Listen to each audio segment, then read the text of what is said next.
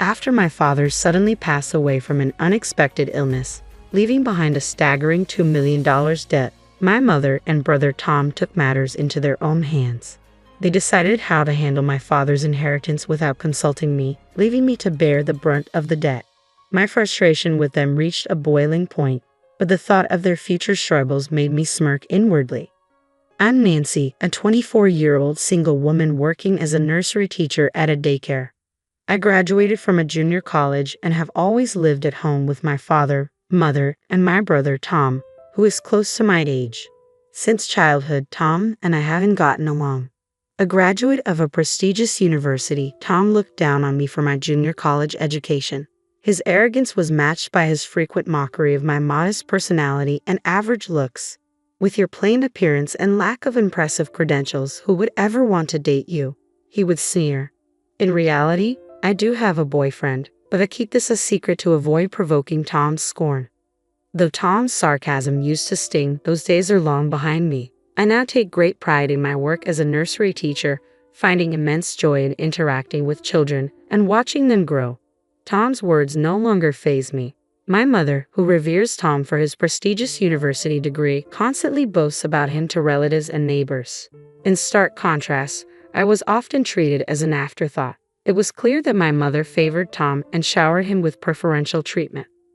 Unlike her, my father always had my back. Whenever my mother gave snacks exclusively to Tom, my father would secretly share the same treats with me. He would proudly express his admiration for my choice to become a nursery teacher, and I deeply cherished his supportive gestures and words. My father was the CEO of a small company where Tom also worked. Unfortunately, the company's financial situation had been deteriorating recently. Despite my father's relentless efforts to cut the deficit and his late nights at the office, Tom remained indifferent. I can't work for a company run by someone who looks so evenly poor, Tom said, resigning from the company to take a position elsewhere. Since her marriage, my mother had stopped working and fully dedicated herself to managing the household. With no experience in supporting my father's business, she didn't grasp the challenges he faced. Despite witnessing his daily struggles, she criticized him for the company's lack of success. The company is still struggling. If you don't resolve the deficit soon, I won't be able to buy that new bag from the magazine. Honestly, what are you doing every day? You're completely useless, my mother said. She had an insatiable appetite for spending, especially on luxury items, often making impulsive purchases. Her dismissive attitude toward my father, as if she couldn't see the value of his hard work, filled me with outrage. Though I'm no business expert, I've witnessed my father's tireless efforts from a young age and understand how challenging it is to manage a business. My mother, who has been with him for years, should recognize this as well. I couldn't fathom why she would blame him as though he were incompetent. One day, my frustration boiled over, and I confronted my mother, demanding she stop belittling my father. Her response was dismissive and condescending. Why should I be scolded by someone like you? People without an education should keep their opinions to themselves. Don't speak on things you don't understand, she retorted.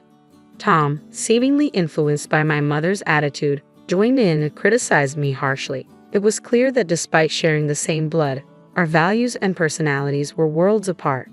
Nancy, don't let their words affect you. Education doesn't define your worth. Take pride in your role as a nursery teacher. That's what truly matters, my father said. His words of encouragement warmed my heart and bolstered my resolve. Even though part of me wanted to stand up to Tom and felt overshadowed by him, my father's support made me feel fearless. As long as he was by my side, I knew I could face anything. An unexpected event shattered my world. Father, I was horrified to learn that my father had collapsed at work. The company staff who reached out to me said he was rushed to the hospital in critical condition. Without hesitation, I dashed to the hospital, only to find that my mother and brother were nowhere to be seen. I'm too busy to leave. You'll have to handle Dad's care, my mother said. I was stunned by her response. How could she claim to be too busy when my father's life was at stake? As a jobless person, surely she had more flexibility than I did. What could possibly be more important than being there for my father? In disbelief, I took care of the hospital formalities and listened to the doctor's grim news. My father had acute heart failure and only had a few days left. I visited him as often as I could, hoping to see his smile once more. A few days after his collapse, as if sensing my presence, he briefly regained consciousness while I held his hand. "Dad, I'm so relieved to see you. Do you recognize me? Can you hear my voice?" I pleaded desperately, but he looked at me with a distant, vacant stare before quietly closing his eyes, never to open them again. Until my father passed away, neither my mother nor Tom made any effort to visit him. They only appeared just before the funeral, clearly reluctant to oversee the arrangements.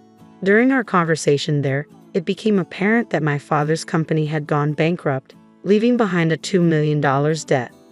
"Inheritances come with debts," my mother said, her tone dripping with disdain.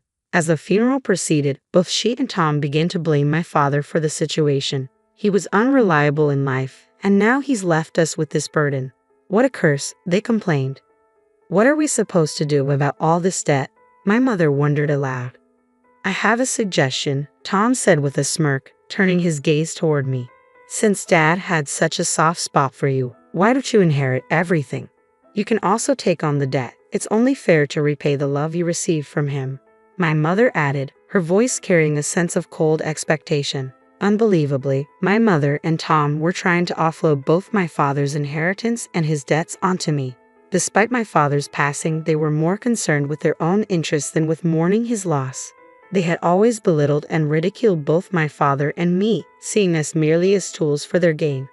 However, I had a plan in reserve, something my father had asked me to use if anything happened to him. It was time to put it into action. I decided to keep my true intentions hidden and reluctantly agreed to their demands, all while secretly preparing to execute my plan. "Understood.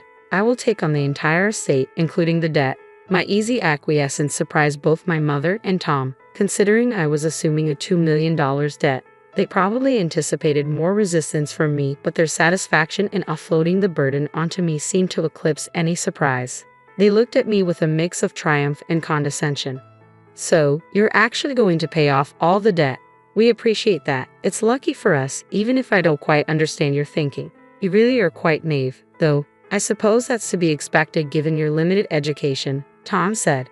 My mother and Tom ultimately relinquished their claims to my father's estate. With no other relatives to contest the inheritance, I was the sole beneficiary.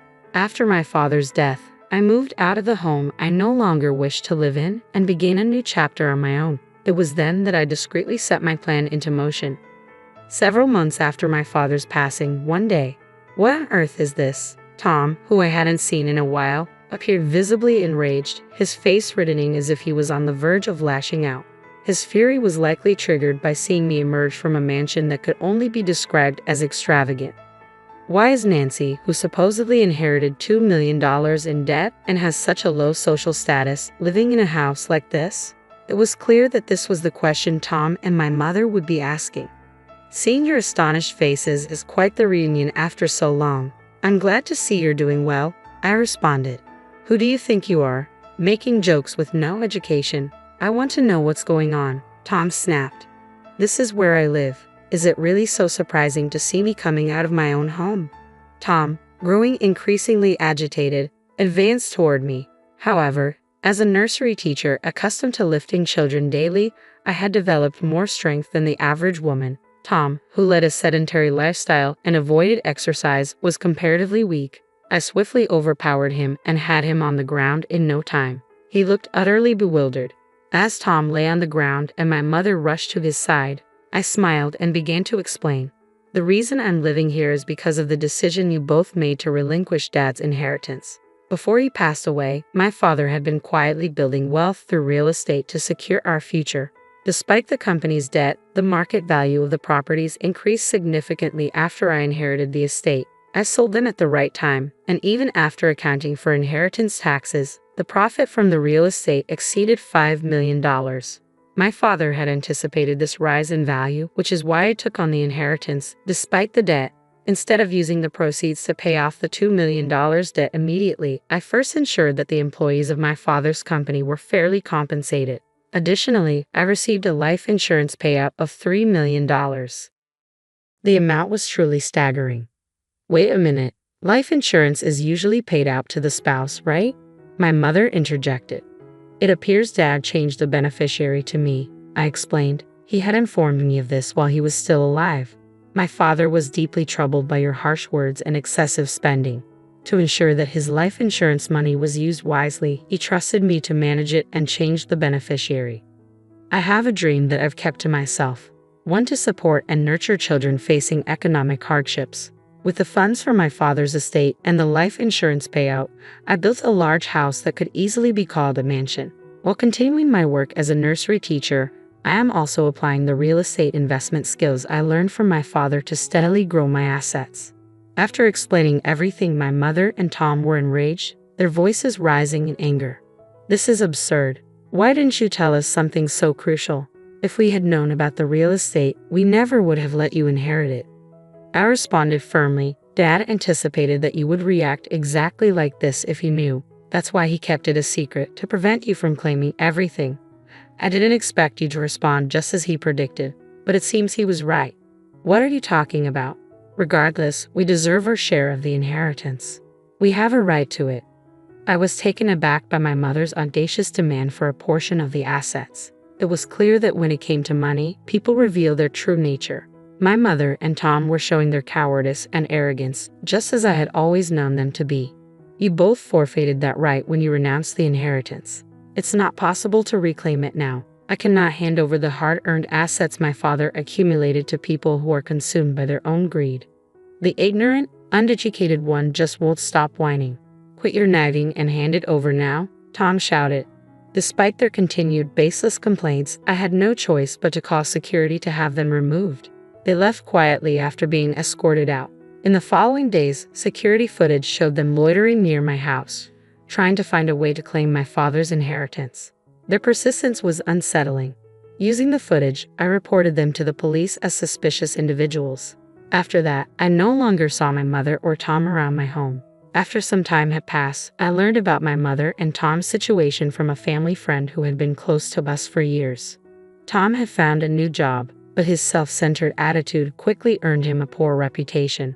Within less than a year, he had alienated his boss and was relegated to menial desk work, a far cry from the special treatment he had enjoyed as the president's son at my father's company. Eventually, the harsh work environment took its toll, and he left the job. His tarnished reputation made it challenging for him to find new employment within the industry. "Why aren't you working? Stop lazing around," my mother would admonish. "It's not like I'm just sitting around doing nothing," Tom would retort. "What kind of effort are you putting in, you useless, unemployed person?" my mother would criticize. After witnessing Tom's failure, her attitude toward him changed drastically. Once doting on him, she now blamed him for his incompetence and joblessness, growing increasingly cold and distant. The shift in my mother's behavior placed immense psychological pressure on Tom, eventually leading him to become a recluse.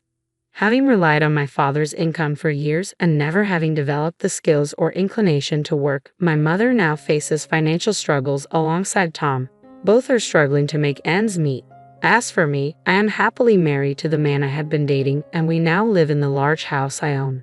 My husband shares my passion for helping children in economic need. Together, we are working towards this dream by setting up the necessary facilities and obtaining the required qualifications. I hold deep gratitude for my irreplaceable father, and with my husband by my side, I am living a fulfilling and purposeful life.